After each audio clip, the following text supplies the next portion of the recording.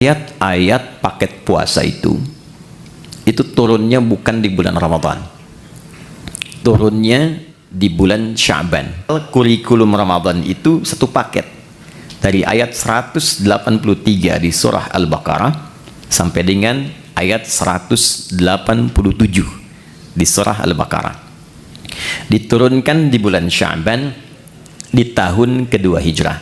Kenapa turunnya bulan Sya'ban? Sebulan sebelum dilakukan. Secara singkat kata para ulama, agar Nabi SAW memiliki kelapangan waktu untuk menjelaskan semua yang terkait dengan baik itu keistimewaan ataupun juga teknis pelaksanaan Ramadan yang sempurna, sehingga menghasilkan kualitas Ramadan yang diinginkan oleh Allah. Usaha untuk melapangkan hati seluas-luasnya sehingga siap menerima dan menyambut apapun yang akan dihadapi kemudian. Jika tarhib ini dilekatkan dengan Ramadan, maka memberikan kesan upaya untuk melapangkan keadaan hati dan jiwa, sehingga ketika Ramadan datang sebagai tamu istimewa itu, apapun yang diperintahkan siap untuk dilakukan. Itu gambarannya. Nah, sekarang apa materi tarhib Nabi SAW yang pernah beliau sampaikan kepada sahabatnya yang menjadi kurikulum untuk diwariskan, sehingga dengan warisan ini setidaknya mendekati kualitas para sahabat-sahabat ataupun tabi'in di era itu yang bisa kita capai di masa-masa yang berbeda. Goal dari Ramadan itu ada 3. Jadi seseorang disebut berhasil melewati pendidikan Ramadan bila setidaknya dia bisa mendapatkan 3 goal yang diharapkan yang langsung Allah tuangkan dalam Al-Quran. Yang pertama, ada yang dinamakan dengan peningkatan ketakwaan personal. Itu yang ada di Al-Baqarah di ayat 183. Jadi Ramadan desainnya dihadirkan oleh Allah ibadah selama sebulan. Nanti harapan pertamanya ditujukan supaya membentuk karakteristik setiap muslim itu yang memiliki ketakwaan personal yang tinggi. Dalilnya Quran surah kedua ayat 183. Ya ayyuhalladzina amanu kutiba alaikumussyam kama kutiba alal ladzina min qablikum la'allakum tattaqun. Nah, ketika menunjuk tattaqun itu menggunakan kata kerja kedua. Nanti saya bedah. Ya. Jadi supaya kalian kan ke kita. Jadi Allah mengkhitab kita secara personal. Aku siapkan puasa ini ya, dan dipanggilnya nanti untuk semua tanpa kecuali. Nanti saya detilkan tujuan dasar pokoknya supaya membentuk karakteristik ketakwaan personal bagi setiap individu muslim. 1. 2, saya cepat. Ramadan juga disiapkan oleh Allah untuk membentuk ketakwaan sosial. Dan yang ketiga, membentuk karakteristik manusia yang bersyukur kepada Allah Subhanahu wa taala. Bismillahirrahmanirrahim. Assalamualaikum warahmatullahi wabarakatuh. Teman-teman sekalian, ayat-ayat paket puasa itu turunnya bukan di bulan Ramadan, turunnya di bulan Sya'ban di tahun kedua Hijrah. Saya sebut ayat-ayat karena sebagian umat Islam ketika disebutkan puasa Ramadan fokusnya hanya di ayat 183 saja, padahal kurikulum Ramadan itu satu paket dari ayat 183 di surah Al-Baqarah sampai dengan ayat 187 di surah Al-Baqarah. Diturunkan di bulan Sya'ban di tahun kedua Hijrah. Dan sekarang kita sudah memasuki bulan Sya'ban di tanggal kedua di tahun 1444 Hijrah. Jadi berkesesuaian kurikulum ini dibahas saat ini dan sesuai dengan petunjuk atau sunnah Nabi SAW dari segi historis dan dari segi persiapan spiritual. Pertama, kenapa turunnya bulan Sya'ban? Sebulan sebelum dilakukan.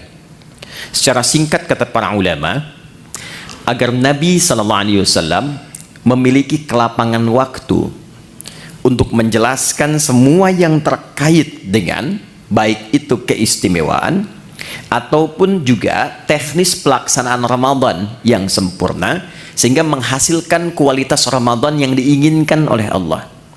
Nanti kita akan bedah apa yang diinginkan oleh Allah lewat Ramadan itu.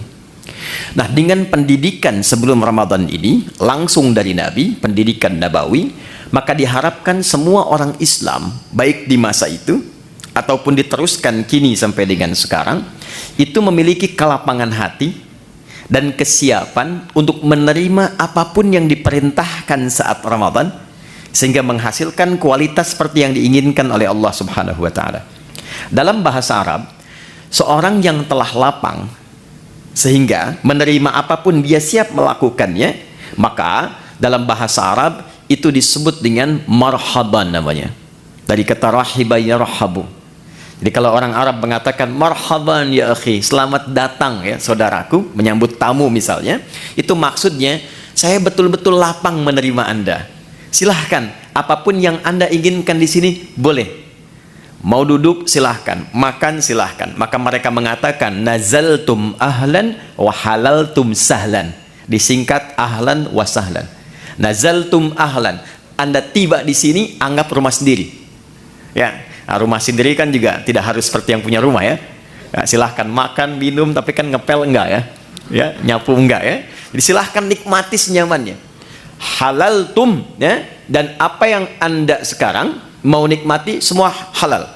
Silahkan. Itu orang mengatakan marhaban.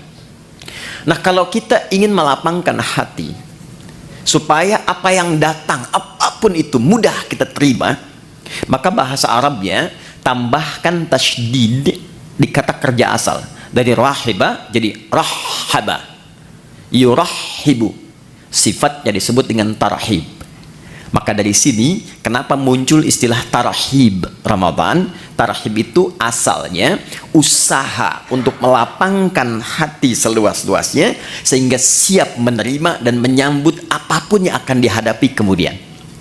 Jika tarhib ini dilekatkan dengan Ramadan, maka memberikan kesan upaya untuk melapangkan keadaan hati dan jiwa sehingga ketika Ramadan datang sebagai tamu istimewa itu, apapun yang diperintahkan siap untuk dilakukan. Itu gambarannya. Nah, sekarang apa materi tarhib Nabi Sallallahu Alaihi Wasallam yang pernah beliau sampaikan kepada sahabatnya yang menjadi kurikulum untuk diwariskan sehingga dengan warisan ini setidaknya mendekati kualitas para sahabat-sahabat ataupun tabi'in di era itu yang bisa kita capai di masa-masa yang berbeda. Yang pertama, saya cepat. Di sini ada ibu ya. Nah, jadi saya sapanya Bapak Ibu kan. Baik, Bapak Ibu hadirin sekalian. Yang pertama, penting diketahui bahwa goal dari Ramadan itu ada 3. Jadi seseorang disebut berhasil melewati pendidikan Ramadan bila setidaknya dia bisa mendapatkan 3 goal yang diharapkan yang langsung Allah tuangkan dalam Al-Quran. Yang pertama, ada yang dinamakan dengan peningkatan ketakwaan personal. Itu yang ada di Al-Baqarah di ayat 183. Jadi Ramadan desainnya dihadirkan oleh Allah ibadah selama sebulan. Nanti harapan pertamanya ditujukan supaya membentuk karakteristik setiap muslim itu yang memiliki ketakwaan personal yang tinggi. Dalilnya Quran surah kedua ayat 183. Ya ayyuhalladzina amanu kutiba alaikumussyam kama kutiba alal ladzina min qablikum la'allakum tattaqun. Nah, ketika menunjuk tattaqun itu menggunakan kata kerja kedua. Nanti saya bedah. Ya. Jadi supaya kalian kan ke kita. Jadi Allah mengkhitab kita secara personal. Aku siapkan puasa ini ya, dan dipanggilnya nanti untuk semua tanpa kecuali. Nanti saya detilkan tujuan dasar pokoknya supaya membentuk karakteristik ketakwaan personal bagi setiap individu muslim. 1. 2, saya cepat. Ramadan juga disiapkan oleh Allah untuk membentuk ketakwaan sosial. Jadi bukan sekedar secara pribadinya menjadi lebih baik, Tapi ternyata kebaikan personal ini baru punya nilai optimal dalam pandangan Quran jika auranya sudah mampu ditebarkan ke lingkungannya. Karena itu puasa nggak biasa nanti desainnya.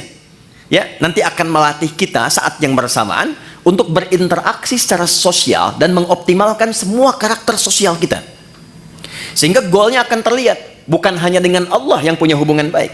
Jadi kalau dengan Allahnya baik, dengan manusianya tidak baik, belum sempurna Ramadannya. Dan yang ketiga, membentuk karakteristik manusia yang bersyukur kepada Allah Subhanahu wa taala. Ketakwaan personal, ketakwaan sosial, ketakwaan sosialnya ada di ayat 187 dan karakter syukurnya ada di ayat 185. Itu saja akan kita bedah di kesempatan kali ini. Saya akan coba optimalkan di 45 menit ke depan. 15 menitnya kalau ada sekiranya yang Anda ingin sampaikan atau kita diskusikan, kita bisa optimalkan di sisa waktu itu. Saya bisa menulis ya. Baik, kita mulai sebentar. Bismillahirrahmanirrahim. Pelan-pelan. Jadi yang pertama, kita mulai dari segi ketakwaan personal. Ya. Takwa secara personal. Dalilnya Quran surah kedua ayat 183. Pelan-pelan. Ya ayyuhalladzina amanu kutiba alaikumus siyam kama kutiba alal ladzina min qablikum la'allakum tattaqun. Apa yang dimaksud dengan ketakwaan personal? Ini dulu. Bapak Ibu, teman-teman sekalian, bila terdapat kata takwa di dalam Al-Qur'an, itu setidaknya disebutkan derivasinya sebanyak 240 kali. Nah, desainnya terbagi pada 3 bagian. Nanti ada yang membimbing bagian jasmani kita, ada yang kedua membimbing akal atau intelektualitas kita, dan yang ketiga ada membimbing rohani kita, jiwa spiritual kita. Nah, hal yang terkait dengan bimbingan rohani ini yang membawakan atau memberikan bekal kepada kita untuk pulang kepada Allah saat meninggalkan dunia, itu yang diistilahkan oleh ulama dengan ketakwaan personal. Jadi babnya khusus, kalau mau dirincikan secara singkatnya adalah bab tentang aspek ritual, bahasa lainnya ibadah. Nah, sekarang dasar berpikirnya bagaimana? Kita itu kan tinggal bukan hanya di dunia kan? Baik ya? Setelah dunia kita meninggal, makanya disebut meninggal dunia. Ya, perginya kemana? Baik, berbahagianya di dalam Islam, bersyukurnya sebagai Muslim, konsep kehidupan yang dijelaskan tuh jelas sekali, nggak ada ambigunya. Ya, Anda bisa komparasikan untuk menambah wawasan kita misalnya. Di Islam itu dari bangun tidur sampai tidur dijelaskan, dari bimbingannya, doanya, caranya. Meninggal dunia sampai ke bab kematian dijelaskan. Mau wafat tuh silahkan, cara yang tenang seperti ini. Setelah meninggal diinfokan, Anda kalau meninggal dunia tempat transitnya, makanya disebut barzah. Barzah tuh waiting room, tempat pemisah, namanya kubur. Ada ayatnya, ada hadisnya, ada detailnya. Setelah itu kemana? Dari dunia ke akhirat. Tempatnya cuma 2, imma di surga atau neraka. Ini tempat menunggunya disebut barzah, alam pemisah. Alamnya disebut barzah, tempatnya disebut dengan kubur. Jelas semua, ayat, hadis, dalil lengkap. Nah, sekarang pertanyaannya, kalau kita di dunia saja berkehidupan butuh bekal, Anda nggak mungkin datang ke kantor ini tanpa bekal. Dan di sini pun bekerja mencari bekal kan? Dan kita kadang-kadang tugas, apalagi di EP kan, tugas misalnya keluar eksplorasi di setiap tempat kan punya aturannya sendiri ya. Datang ke Amerika, mata uangnya sudah beda, currency-nya sudah lain, bekalnya sudah berbeda. Nah, sekarang kalau kita meninggalkan dunia, bekalnya apa? Sedangkan yang kita kumpulkan di dunia itu nggak akan dibawa ke barzah, aja nggak dibawa. Ya, ada di antara kita yang dikubur bawa handphonenya. Kalau saya kangen nanti miss call aja, kan nggak bisa kan? Ya, pakaian aja kan ganti kan? Ganti loh. Teman-teman masih pakai seragam tuh, ya kan? Seragamnya saat ke alam kubur kan beda kan? Ya kan? Nggak ada kantongnya loh Pak. Boleh dicek nanti tuh, ya?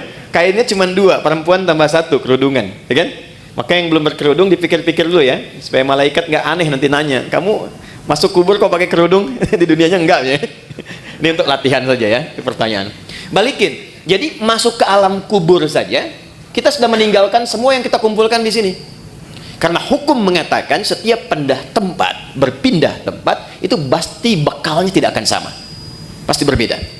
Hukum ini berlaku fitrah saat berpindah kemanapun, apalagi berpindah ke sini dan ke sini. Maka pertanyaannya, bekal apa yang kita bawa saat berpindah dari dunia?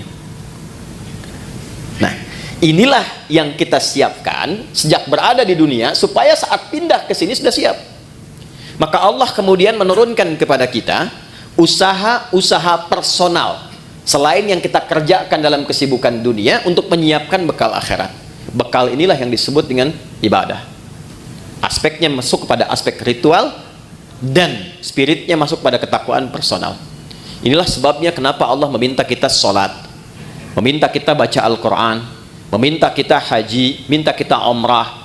Ya, ada kaitan langsung dengan aspek-aspek keduniaan. Tapi sesungguhnya tujuan utamanya adalah penyiapan bekal menuju kehidupan setelah dunia sini. Ya. Setiap kita menunaikan sholat, maka perbuatan sholat, baca Quran, puasa, dan yang lain sebagainya itu untuk mendukung menjadi bekal kehidupan akhirat, maka oleh Quran dinamakan dengan hasanah namanya. Ya, hasanah. Contoh, sholat itu di Quran disebut hasanah. Quran surah ke-11, Hud ayat 114.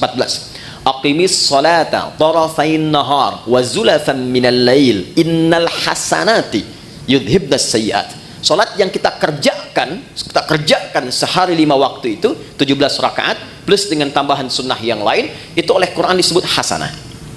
Nah, setiap kita mengerjakan perbuatan hasanah, maka konsep dasarnya akan melahirkan bekal, diberi nilai bekal untuk pulang ke akhirat. Ya, berapa bekalnya? Setiap hasanah itu 10 poin. Ada di Quran surah ke-6 ayat 160. Ya, ini jangan dianggap biasa ya. Nanti kita lihat nih. Nanti taunya saat akan meninggal. Jadi akan meninggal semua hasanah dikonfirmasi. Makanya ada orang yang ketika akan meninggal kan senyum, tenang. Panggilannya panggilan ketenangan, hasil ibadah. Contoh, dalam sholat kan kita tadi ada tumak ninah ya. Ya, sholat, rukuk tumak ninah, sujud tumak ninah. Itu tumak ninah itu kalau terus dikerjakan memberikan sifat kepada jiwa. Sifatnya disebut mutmainnah. Nanti jiwa mutmainnah ini akan dipanggil saat akan meninggal, dikonfirmasi dengan pahala hasanahnya. Makanya ketika dipanggil, Quran surah 89 ayat 27 sampai dengan 30, ya ayyatuhan nafsul mutmainnah irji'i ila rabbiki radiyatan mardiyah. Kenapa ada yang tenang, senyum? Karena ditampakkan. Ya. Dulu ada seorang kakek itu yang sangat soleh, ahli masjid. Hari Kamis itu, ya, beliau selalu merawat masjid. Hari Kamis ba'da asar sedang puasa, itu Masya Allah, itu cuma di belakang sandaran, kemudian merem-melek begini, meninggal dalam keadaan yang sangat nyaman gitu. Ahli masjid, wafatnya di masjid, cuma merem-melek meninggal. Itu hati-hati belakang ya, yang merem-melek ya. Oke, balik sini. Man jaa bil hasanati falahu asyru amthaliha. Siapa yang mengerjakan satu perbuatan hasanah, dia dapat 10 poinnya, 10 kebaikan. Nah, 10 ini itu detailnya disebut dengan ajrun, lahum ajrun ghairu mamnun. Ajrun itu bahasa kita yang disebut dengan pahala namanya. Nah, ini yang kita kumpulkan hasilnya berupa apa? Pahala. Ajrun. Jadi yang ikut tuh ininya, hasanahnya. Dan 1, 2 ngitungnya bukan 1, 2, 3, 4, bukan begitu. Cara menghitungnya contoh di hadis Muslim, Anda baru masuk ke sini nih, tempat ibadah, mau sholat misalnya, itu baru datang sudah mendapatkan 25. Jarak 1 ke 2-nya 500 tahun, 2 ke 3-nya 500 tahun. Demikian seterusnya. Baca Quran setiap hurufnya itu 10 kebaikan. Ya. Nah, problemnya apa? Apa kaitan dengan pembahasan kita? Maaf sekali dengan bahasa ini. Setiap kita itu kan meyakini bahwa kita akan pulang, akan meninggal, ya kan? Gak ada satu pun, apalagi kita yang beriman, yang tidak meyakini bahwa satu saat kita akan meninggal. Ini kan sementara. Anda sesibuk apapun berada di sini, pasti hakul yakin bila tiba waktunya pasti pulang kan, pasti meninggal kan. Tapi pertanyaannya, di antara sekian orang yang yakin akan meninggal ini, sudahkah dia menyiapkan bekal yang cukup untuk pulangnya? Coba perhatikan. Untuk yang sementara saja, yang kita tinggali saat ini, betapa luar biasa seriusnya. Kerjanya berangkat gelap, melewati banyak kemacetan, pulangnya gelap lagi, ya kan? Serius kita kerjakan, tata kelolanya, aturannya dan sebagainya, untuk mengumpulkan apa? Untuk mengumpulkan kenyamanan-kenyamanan dunia yang sifatnya sementara. Bila tiba waktunya, rumah yang sudah dikumpulkan jadi mewah itu, kendaraan yang luar biasa, pakaian yang bagus-bagus, pada akhirnya ketika pulang kan nggak bisa dibawa ke sini pun. Mau pindahan rumah cuma 2x1. Sementara yang ada sekarang sudah dikumpulkan begitu besar. Karena memang bekalnya berbeda. Jadi konsep Quran itu, ingat, konsepnya itu sangat luar biasa. Hei, kamu mesti sukses dunia, akhirat pun bahagia juga. Makanya hasanah itu oleh Allah dibagi dua. Ada konsepsi dunia, ada akhirat. Ya, Quran surah kedua Al-Baqarah ayat 201. Wa minhum may yaqulu rabbana atina fid dunya hasanah wa fil akhirati hasanah. Jadi keseimbangan dalam Islam itu, Allah nggak menginginkan kejar akhirat, dunia lupakan, tidak. Karena mencari akhirat itu tempatnya di dunia. Tapi jangan sampai juga terjadi, maaf, dunianya luar biasa, akhiratnya nestapa. Nanti kita akan temukan pengaruh-pengaruh ibadah ini, ada yang terkait dengan dunia, tapi pokoknya adalah akhirat. Ini gambaran pertama. Nah, kenapa puasa? Kenapa puasa? Karena dari sekian kita beraktivitas, sekian lama diberikan waktu berkehidupan, kadang-kadang kebanyakan manusia lupa dengan tujuan berkehidupannya sehingga tidak siap untuk pulang.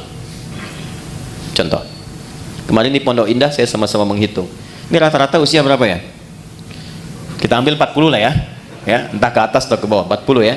Konsepnya begini aja, 40. Ya, 40 tahun itu kalau kita potong sedikit untuk tidurnya kira-kira berapa tahun? Akumulasi setengahnya lah ya. Dari mulai berkehidupan, tidur siang, tidur malam, kurangi 20 tahun. Jadi yang digunakan aktivitas 20 tahun. Oke. Dari 20 tahun ini yang dipakai ibadah berapa tahun? Kurangi kerja, makan, macam-macam. Ambil setengahnya ya. Jangan terlalu pesimis lah. Ambil 10 lah. Nah, ini yang dipakai sholatnya, ibadahnya, macam-macam. Dari yang 10 tahun ini, yang ibadah, yang ikhlas berapa tahun? Kan konsep diterimanya kalau ikhlas kan? Wa ma umiru illa liya'budullaha mukhlishina lahuddin. Ambil 5 tahun lah ya. Jadi usia 40 tahun itu amalan potensial yang dibawa untuk pulang 5 tahun. Potensial. Ya kan? Dan ingat, energi potensial kan ada kaitan dengan H juga kan? MGH kan? M dikali G kali H kan? Ya kan? Bukan cuma gravitasi dunia, tapi harus ada keseimbangan akhirat kan? Halo? Betul ya? Baru jadi kinetik kalau ada itu, baru kan setengah M dikalikan V kuadrat kan? Tambah kedua jadi mekanik kan? Baik, kita balik ke sini. Dari 5 tahun yang ikhlas nih, maksiatnya berapa tahun? Udah kebayang ya sekarang ya? Dan harapannya kan ke sini surga Firdaus kan? Bersama Nabi kan? Bekalnya mana? Itulah yang menjadikan sifat Rahman dan Rahimnya Allah diaktualisasikan kepada kita dalam wujud Ramadan itu. Allah menginginkan sekalipun waktunya terbatas, tapi dengan kasih dan sayangnya diinginkan oleh Allah setiap hambanya yang beriman itu punya peluang yang tinggi untuk mendapatkan rahmat Allah di akhirat berupa surga. Maka didatangkanlah setiap tahun 12 bulan itu dari sekian kesibukan 30 hari khusus untuk meningkatkan ketakwaan personal ini, sehingga meningkatkan peluang-peluang untuk mendapatkan rahmat di akhirat.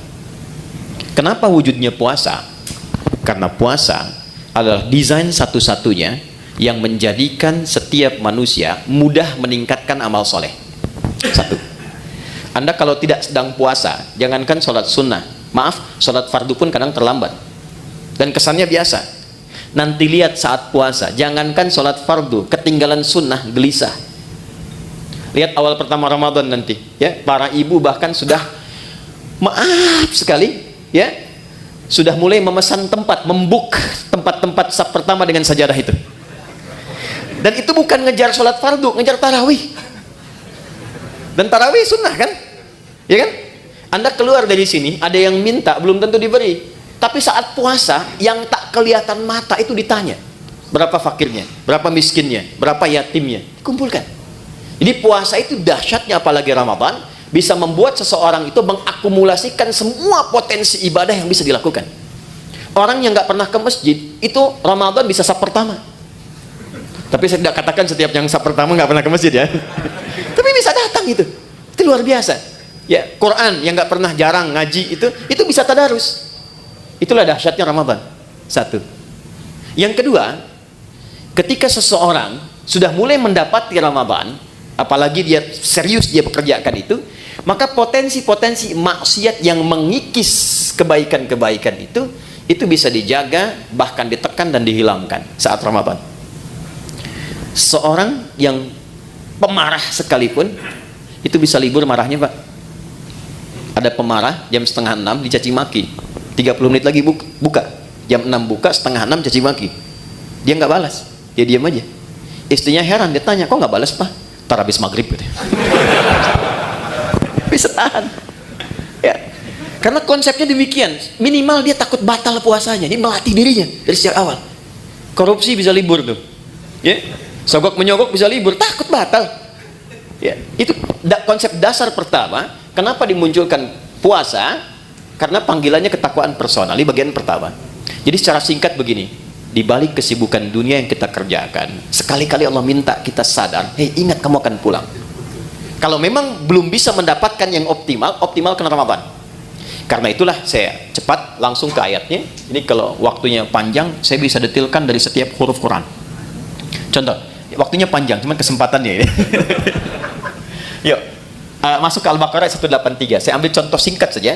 Ya ayyuhalladzina amanu. Saya ambil satu ini saja, itu kalimat. Ya disebutkan 361 kali dalam Al-Quran. Itu menunjuk panggilan, bisa panggilan dekat, menengah, dan jauh. Nidaul qarib, mutawassit, wal ba'id. Huruf panggilan di gramatikal bahasa Arab itu ada 14, tapi yang di Quran digunakan hanya ya, pemanggil dekat, menengah, dan jauh. Ayyuha disebutkan 150 kali dalam Al-Quran. Ayyunya berfungsi menguatkan pesan, haknya mengingatkan. Alladzina disebutkan sebanyak 1080 kali dalam Al-Quran.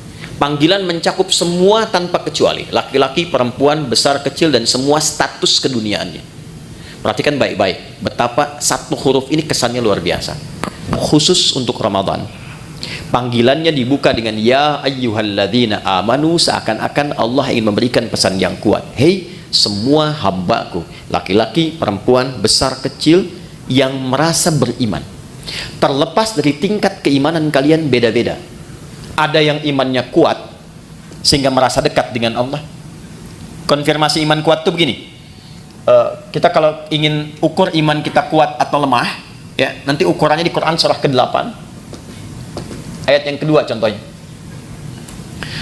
Innamal mu'minuna alladzina idza dzukirallahu wajilat qulubuhum. Insan beriman yang sejati itu ukurannya kalau dipanggil disebutkan nama Allah, itu ada getaran di hatinya, mengonfirmasi. Karena itu diperdengarkan nama Allah setiap hari 5 kali, setiap pergantian waktu di telinga kita. Telinga itu bahasa Arabnya udun, jamaknya disebut adzan. Maka diperdengarkan dalam adzan lafaz Allah, Allahu Akbar, Allahu Akbar. Nah, teman-teman merasakan nggak waktu ada panggilan itu di hati itu ada getaran kan? Allahu Akbar, Allahu Akbar, ada getaran kan? Nah, itu konfirmasi iman. Kalau kemudian itu direspon dan sadar saat dipanggil, misal subuh 4.35 dipanggil, Anda masih tidur, Allahu Akbar, Allahu Akbar, Anda langsung bangun, ya Allah sudah adzan, wudu, siap-siap sholat. Nah, ini menunjukkan iman Anda standar.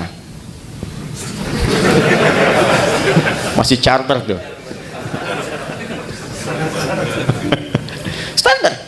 Ya, Anda jam kerja jam 7 di sini, masuk jam 7, standar kan? Ya kan? Tapi yang hebat tuh begini, dipanggil 4.35, jam setengah 4 sudah bangun. Ada yang begitu. Ya, itu isyarat misal di Quran surah ke-4 ayat 103. Inna salata kanat 'alal mu'minina kitaban mauquta. Insan beriman tuh tahu waktu salat karena tahu dia siap-siap sebelum dipanggil. Itu yang hebat. Nah, maka orang-orang yang standar itu yang menengah jaraknya. Ya, hei yang menengah, yang kalau dipanggil baru datang. Ya, atau yang merasa imannya kuat, sebelum dipanggil sudah siap-siap. Ada yang lemah, dipanggil 4.35, dia baru bangun 5.34. Itu pun belum ingat sholat. Ya. Tapi dahsyatnya dalam Ramadan, di hari pertama dipanggil, Allah tidak melihat semua tingkat keimanan itu. Allah panggil semua dengan satu huruf yang sama. Seakan-akan mengatakan begini, aku tidak peduli betapa tingkat iman kalian. Maka di detik ini aku panggil semua tanpa kecuali. Yang lemah aku kuatkan, yang menengah aku dekatkan, yang dekat pun aku tambahkan kekuatan kembali. Itulah yang menjadikan semua kita tanpa peduli karakteristik imannya, parameter tingkat rendah dan tingginya. Coba lihat bukti ayat ini. Di awal Ramadan semua semangat. Lihat nanti hari pertama Ramadan. Ya, kita insya Allah tanggal berapa nanti? Tanggal 1 Ramadan, ya, 1 Ramadan. Yang kemungkinan Masehinya nanti saya sampaikan belakangan saja, ya, belakangan saja. Tapi insya Allah sama 1 Ramadan. Pas 1 Ramadan malam tarawih itu semua akan kumpul di masjid. Terlihat, nggak peduli apakah dia jarang ke masjid, apakah dia jarang berjamaah, itu bisa kumpul semua.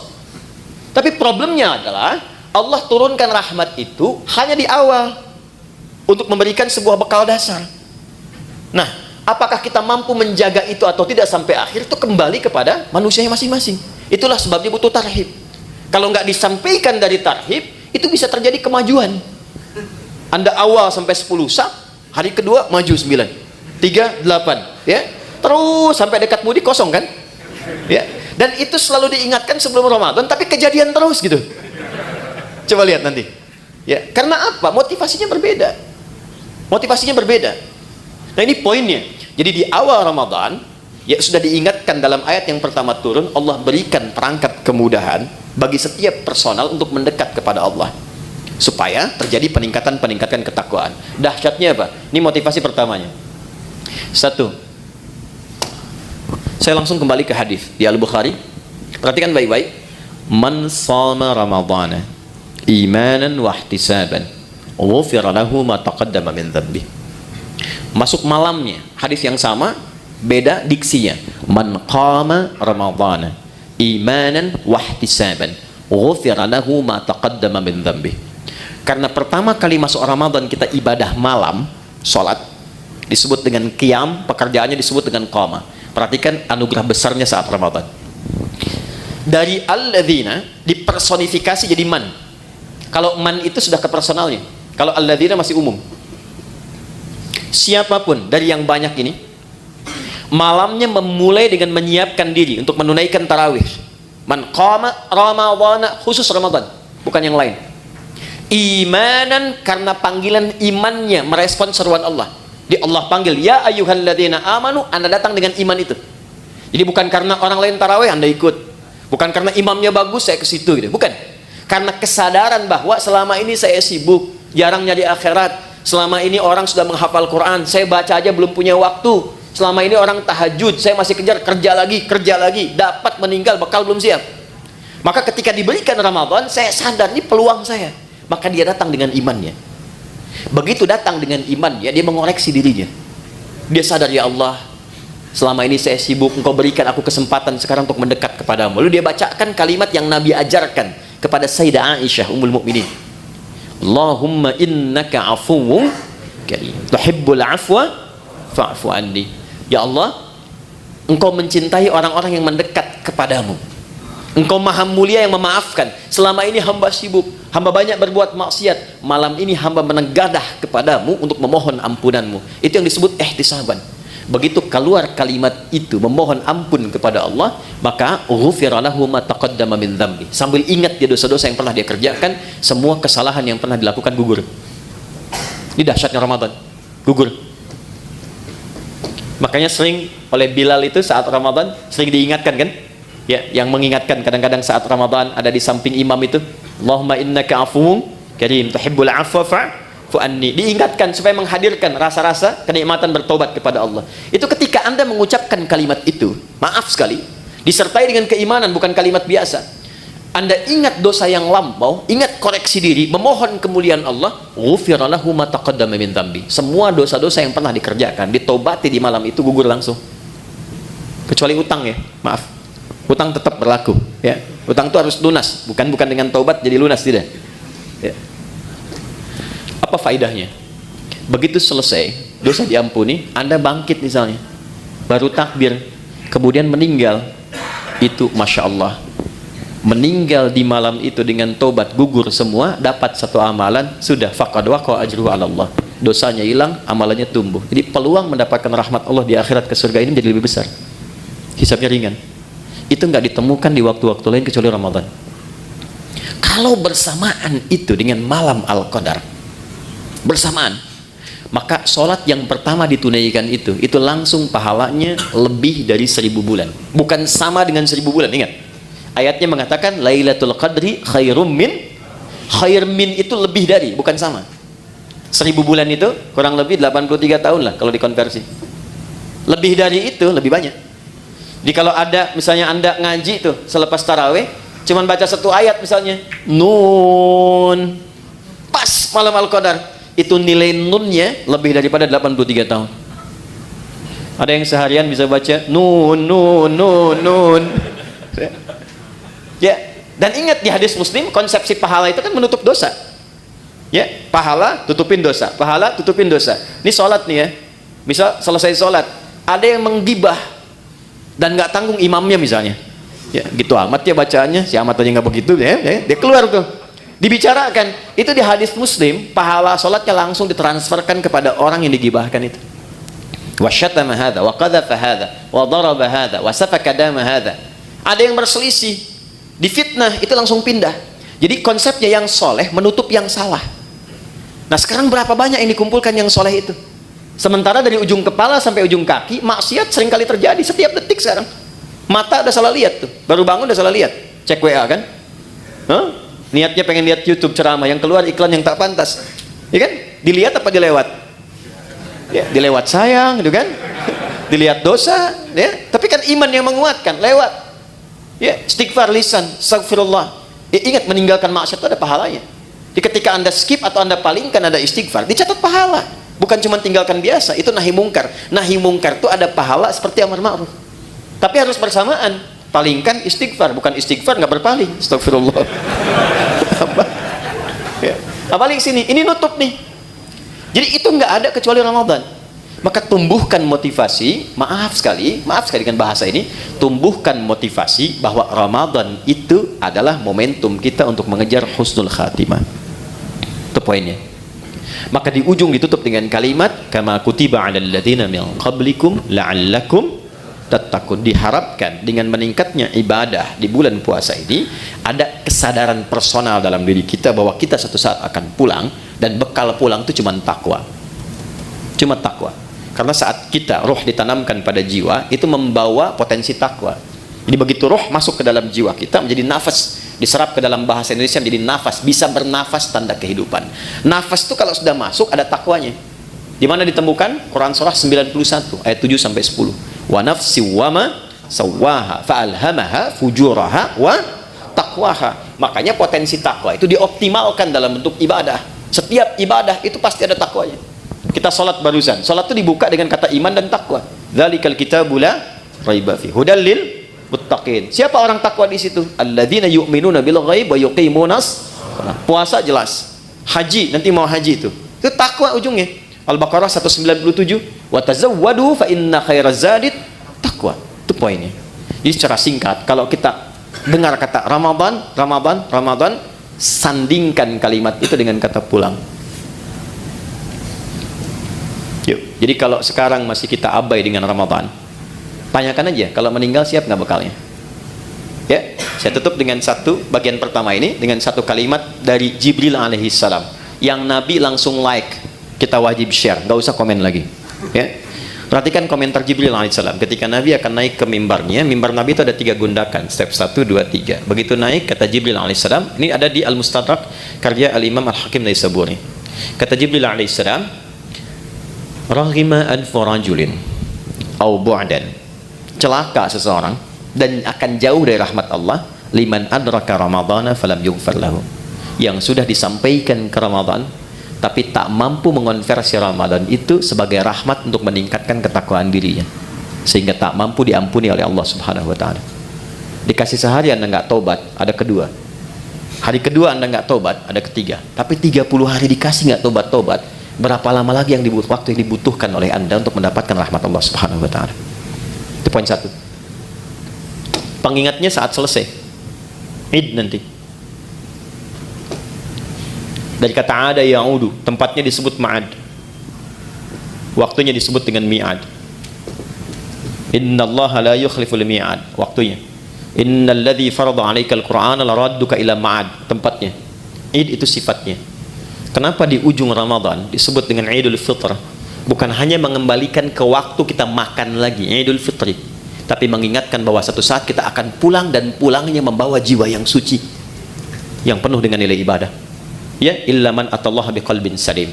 Nah, itu ditunjukkan setiap kali selesai puasa. Berbahagianya di Indonesia ini, kebiasaan Id ini muncul, mudik kan? Ya kan? Mudik itu kan pulang ke Udi kan? Pulang ke kampung kan? Dan yang pulang itu berani pulang kalau punya bekal. Saya pernah tanya pada seseorang yang nggak mudik, kenapa Anda nggak mudik? Nggak punya bekal, Ustaz? Nggak punya bekal. Tapi yang punya bekal itu semangat pulangnya luar biasa. 3-4 hari sebelum pulang udah siap-siap, dan dia telepon ke tempat yang akan pulang. Maka di tempat itu ibunya, saudaranya udah siap-siap ngecat rumah, makanan diada-adakan, siap penyambutan. Kadang-kadang kan terjadi yang luar biasa ya, luarnya seperti kaleng biskuit, dalamnya rangginang kan. Saya nggak sebut nama produk supaya nggak endorse ya, UMKM nggak apa-apa gitu. Itu semua disiapkan, dan yang akan pulangnya itu saking bangganya, walaupun kendaraannya kecil, bekalnya banyak. Motornya kan bebek kan, tapi bekalnya singa kan. Coba lihat, dusnya ditambah lagi pakai pelepah kurma, sampingin lagi pelepah pisang tuh ya kalau di sini. Ya, pelepah pisang tambahin dus, tambah lagi, dan dia tuliskan, aku pulang sayang. Kenapa? Karena siap. Di akhirat tuh begitu.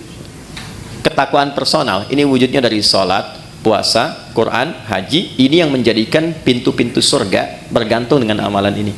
Di surga itu ada 8 pintunya, dan 8 itulah amalan pokok kita. Makanya nanti ada yang dipanggil dari pintu puasa yang rajin puasa, pintunya Ar-Rayyan. Ada pintu babus sholah, pintu tahajud, pintu sedekah. Pastikan Anda menekuni ketakwaan personal itu di sisi yang mana sehingga punya kebanggaan saat pulang. Kalau belum sempat baca Quran, saya kasih kabarnya dari sekarang. Saya keliling-keliling Indonesia. Sekarang di setiap tempat tuh berburu Quran. Dari mulai anak-anak kecil yang 3 tahun, 4 tahun, 5 tahun, bahkan yang kata orang gak bisa melihat, matanya buta.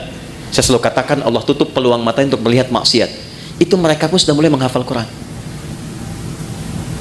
Dan banyak di antara mereka juga punya kesibukan. Anda yang tempat ber-AC, nyaman, tenang, enak, dengan semua fasilitas belum mampu mendekat kepada Allah, maka bandingkan dengan orang-orang yang kerja di lapangan. Ada satu tempat, istrinya itu suka ngambil suluh, suaminya kerja serabutan. Tapi kalau orang datang ke situ, itu Masya Allah, semua yang terbaik dihidangkan, makanan, ikan dan sebagainya, dan istri akan mengatakan, Alhamdulillah, Abi itu kalau pulang Allah kasih uang banyak sekali. Berapa sebulan? Ya kalau nggak 500, 700 ribu. Tapi tahu gak Anda, istrinya hafal Quran 30 juz dan suaminya 7 riwayat, dan mereka bekerja dalam diam. Dunianya hasanah, dan mereka menyiapkan akhirat yang sangat dahsyat untuk pulangnya. Karena diantara yang diparadekan oleh Allah untuk pulang itu, dan diperintahkan malaikat berjajar di setiap pintu surga menyambut, itu ahli Al-Quran. Makanya Ramadan kita punya kebiasaan mendalami Al-Quran, salah satunya untuk itu. Nah, jadi kita lihat spirit pertamanya itu. Jadi nanti saat akan ke Ramadan, siapkan agendanya dari sekarang. Ini kurikulum yang Nabi ajarkan. Ya, mohon maaf dari sekarang. Rencana mau berapa juz khatam nanti? Mau berapa juz hafal? Jangan tanggung, 30 juz pasang target hafal Quran. Maksud saya begini, kalau target 30, nyangkutnya kan jelas 28, 27, kan 3 juz ya. Kalau cuma 1 juz kan targetnya, nanti nyangkutnya kan nggak jelas tuh ke bawahnya. Dari sekarang siapkan. 1, sedekahnya ya, kemudian sholatnya, sholat sunnahnya dari sekarang bikin. Menunya keluarkan semua. Nanti checklist, minimal salah satu pernah dilakukan. Ya, checklist 1, 2, 3. Selesai Ramadan, demi Allah saya katakan, rasakan pasca Ramadan, apakah ada perubahan, peningkatan ketakwaan personal ini setelah selesai menunaikan puasanya. Nanti cirinya pada bagian ketiga. Saya cepat, saya punya 5 menit lagi. 2, ada jenis kedua disebut dengan ketakwaan sosial. Ayatnya ke 187, lihat ujungnya. La'allahum yattaqun, dari taqiyah. Kalau tak itu Anda. Kalian, personal. Kalau ya dibicarakan dia. Kalau dijamakkan tambah di ujungnya. Yattaqun, mereka. Jadi bukan hanya membentuk secara pribadi untuk kita, tapi interaksi dengan lingkungan sosial kita. Hablum minan nas, hablum minal makhlukat. Maka ciri orang yang berhasil puasanya bukan hanya baik secara personal, tapi implementasi kebaikan personal itu bisa dilihat dari perbuatan baiknya dengan sesama. Makanya saat puasa, anjurannya bukan sekedar meningkatkan ibadah pribadi. Pernah dengar hadis ini di At-Tirmidzi? Siapa yang memfasilitasi bukaan untuk orang puasa, walaupun satu biji kurma saja, satu kurma, ataupun sehirup air saja, maka dia mendapatkan pahala yang sama dengan yang berpuasa itu tanpa dikurangi sedikit pun. Pernah dengar hadisnya? Hadisnya sahih. Tapi jangan salah menyimpulkan ya, bacanya pakai ilmu hadis. Ya nggak usah puasa, fasilitasin aja kurma. Dia nggak begitu. Ya Anda fasilitasin, Anda nggak puasa, Anda dosa, Anda batal. Jadi ruginya 2 kali. Ya, maksudnya apa? Saking tingginya ibadah sosial itu Nabi menginformasikan dengan tingginya tingkat apresiasi yang Allah berikan. Jadi kalau di Quran itu atau di hadis ada motivasi dengan pahala yang tinggi, ini menunjukkan kualitas amalan itu dahsyat, tinggi. Ya, dan banyak sekali terkait dengan puasa itu amalan-amalan sosial. Sedekah, infak, memuliakan yatim, zakat. Ini kan sosial semua. Tapi pernah nggak teman-teman kita semua rincikan itu formulasinya kemana? Contoh misalnya, kan ada zakat, ada infak kan? Baik, zakat itu untuk siapa? Infak untuk siapa? Ternyata skema infak itu dia ada 2 tuh. Ada infak wajib, ada infak sunnah. Yang wajib itu untuk keluarga, disebut dengan nafkah namanya. Ya, maka kewajiban kita memuliakan istri, memuliakan anak, cari sekolah yang mendekatkan dia dengan Allah, cari pakaian yang menutup aurat supaya Allah senang. Ya, gambarannya itu wajib dan ada pahala. Kalau antum kerja sekarang berangkat ke sini, diniatkan untuk nafkah karena menaati perintah Allah, Quran surah 4 ayat 34, ya kan? Itu setiap langkahnya ada pahalanya, teman-teman. Jangan dikira biasa. Dan kalau antum rajin tahajud, itu dibimbing untuk meningkat karirnya. Quran surah 17 ayat 79 sampai 80. Ini agak cepat aja karena kita sedikit lompat-lompat. Saya balikan, itu nafkah pertama. Niatkan sebagai ibadah dan antum pun akan terjaga. Kalau diniatkan ibadah, antum nggak akan terjebak korupsi. Malu lah masa ibadah berbuat kotor. Ada orang minum bir misalnya pakai bismillah. Bismillahirrahmanirrahim, berkurang dikit dah dosanya gitu kan? Nggak ada. Ya, orang kalau mau korupsi juga kalau sedang merasa ibadah nggak mungkin dilakukan. Dia akan terjaga. Nah, tapi yang terkait dengan Ramadan ini, saya mau tarik ya. Nih, ke infak sunnah.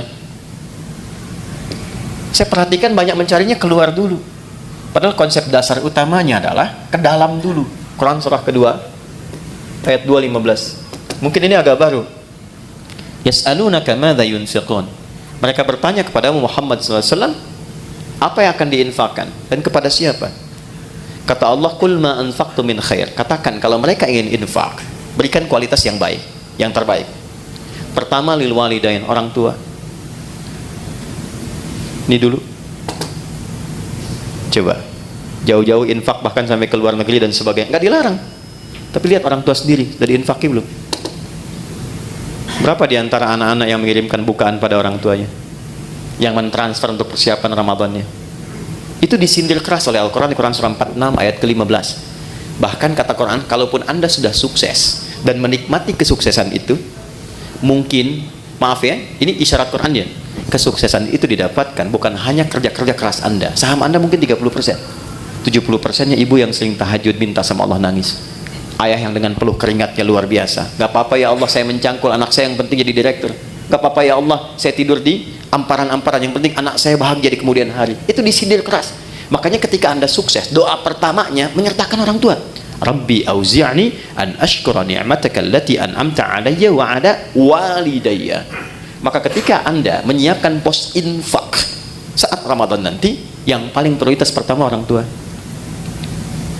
Ini dulu. Nah, ini desain pertama akan memperbaiki hubungan-hubungan sosial yang tingkat pertama dengan orang tua. Mungkin hebat sholatnya, ternyata dengan ibunya bermasalah. Ya, hebat puasanya, sunnah dikerjakan, dengan ayahnya belum selesai masalahnya. Tuntaskan dulu. Ini skemanya. Wal aqrabin, kerabat terdekat. Nomor 2. Wal yatama, baru naik ke anak yatim. Wal masakin, baru orang miskin. Wabnis sabil, orang-orang yang kesulitan. Setelah itu baru nanti yang umum, yang fisabilillah. Banyak sekali cabangnya bisa kita kumpulkan. Nah, singkatnya adalah mumpung sekarang kita masih di bulan Sya'ban, dari sekarang disiapkan, nabung dari sekarang. Berapa anggaran infaknya nih untuk skema sosial untuk Ramadan? Setiap hari keluarkan misalnya 1, 2, 3, support A, support B, support C. Karena yakin Ramadan itu dengan sendirinya pasti akan meningkat. Pasti disiapkan oleh Allah. Pandai-pandai melihat berapa yang Allah siapkan untuk kita. Kalau sudah cukup di dalam rumah, Anda dapat gaji misalnya 20 juta, kebutuhan di rumah 10 juta, tabungan 5 juta untuk ke depan, untuk anak-anak. Berarti 5 juta itu peluang ibadah Anda lewat harta. Optimalkan. Tinggal diatur nanti bagaimana penyalurannya saat Ramadan. Dan yang paling dahsyat, ada nanti skema yang ketiga, yang terakhir, sedekah. Yang sifatnya lebih luas lagi. Bukan hanya muslim, tapi sampai non-muslim. Sampai non-muslim. Anda bekerja kan di sini nggak semuanya muslim tuh, pasti ada non muslimnya. Nah, tebarkan aura Ramadan kepada teman-teman juga, ya. Jadi begitu datang nanti bulan Ramadan, bisa dibikin skemanya untuk sedekah itu lebih luas sifatnya. Mungkin anak di antara anak mereka ada yang kesulitan, bisa diberikan bantuan SPP-nya, gitu kan? Ada di antara mereka yang tertarik dengan Islam, berikan kemudian pendalaman dengan buku-buku keislaman. Biayanya boleh dari skema ini. Bahkan nanti bisa dari zakat yang mu'allafati qulubuhum. Ya, Anda mau buka berbagi makanan kan banyak tuh. Kata Nabi berbagi, sampingnya mungkin tetangga non muslim aja. Anda mau buka bersama barang-barang nih ya, jangan yang muslim saja. Mungkin ada non muslim tertarik aja. Ya, ketika dia bertanya, ya, kok saya boleh ikutan? Sampaikan Islam atau Quran yang mengajarkan saya untuk berbagi. Ya, nanti hari kedua dia tanya lagi, hari ini Quran ngajarin lagi apa berbagi kan? Nah, ini poinnya. Yang terakhir, yang ketiga, ya, kita akhiri. Jika semua ini sudah bisa kita lakukan, maka semua latihan ini akan merubah kepribadian kita dan membentuk karakteristik yang baru pasca Ramadan. Gambarannya begini, maaf sekali, kalau teman-teman biasa makan pakai ayam, pakai kerupuk, ayam pakai kerupuk, ya, ini Ustaz Mubarak waktu pesantren tuh capruk, kecap kerupuk, ya. Saya satu pesantren dengan beliau, kecap kerupuk, ya. Nah, setelah 30 hari, hari ke-31 ayamnya dikasih, kerupuknya nggak dikasih. Kira-kira komentar pertama apa? Mana kerupuknya? Karena sudah terbiasa kan? Baik. Ramadan kan kita dilatih. Kebiasaan sholat, biasa baca Quran, biasa berbagi, biasa mendekat, biasa evaluasi. Masa 30 hari melakukan itu nggak merubah karakter? Pasti akan ada perubahan. Ya. Hal pertama yang didapatkan pasca itu, yang pertama ketenangan. Itu dulu. Jadi Allah itu kalau ingin merubah seorang hamba jadi lebih baik, hatinya ditenangkan dulu. Karena tenang ini kunci sejalannya. Hidup tenang, di rumah tangga kan tenang ya. Samara itu kan sakinah dulu, sakinah kan tenang ya. Di kaya pun kalau nggak tenang nggak enak. Coba pilih mana? Kaya tapi gelisah atau miskin tapi tenang? Nggak ada pilihan ketiga, jangan maksa. Saya tahu kaya dan tenang ya.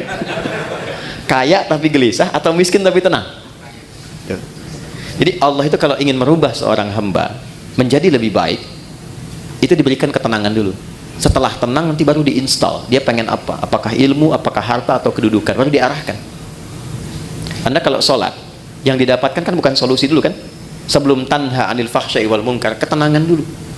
Makanya kalau orang itu kalau sudah sholatnya bagus, hatinya lebih tenang. Baca Quran juga begitu. Ya, jadi kalau Anda sedang gelisah, ibu-ibu itu jangan bikin status. Gak menyelesaikan persoalan. Ya, ini mendung di sekitaran bikin status, mendung ya, yang nggak menghentikan mendung kok. Ya, kalau sedang gelisah, ambil wudhu, ngadep kiblat, ambil mushaf, baca Quran, tenang hati. Walaupun solusi belum datang. Nah, Ramadan pun begitu. Ketika Allah ingin tanamkan hidayah pada seorang hamba, yang diberikan pertama ketenangan, lebih tenang pribadinya.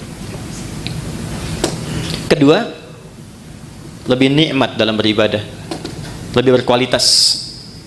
Merasakan peningkatan kualitas dalam ibadah. Jadi ada kecenderungan ingin nambah, ada mulai rindu dengan tarawih padahal mau berakhir, ya kan? Maka saat itulah kemudian tanda awal dari Allah bahwa hidayah telah ditanamkan dalam diri kita. Ketika ditanamkan pada diri itu, maka wujud yang terakhir yang Allah inginkan, walitukabbirullaha ala ma hadakum wa la'allakum tashkurun, membentuk pribadi yang lebih bersyukur. Apa itu syukur?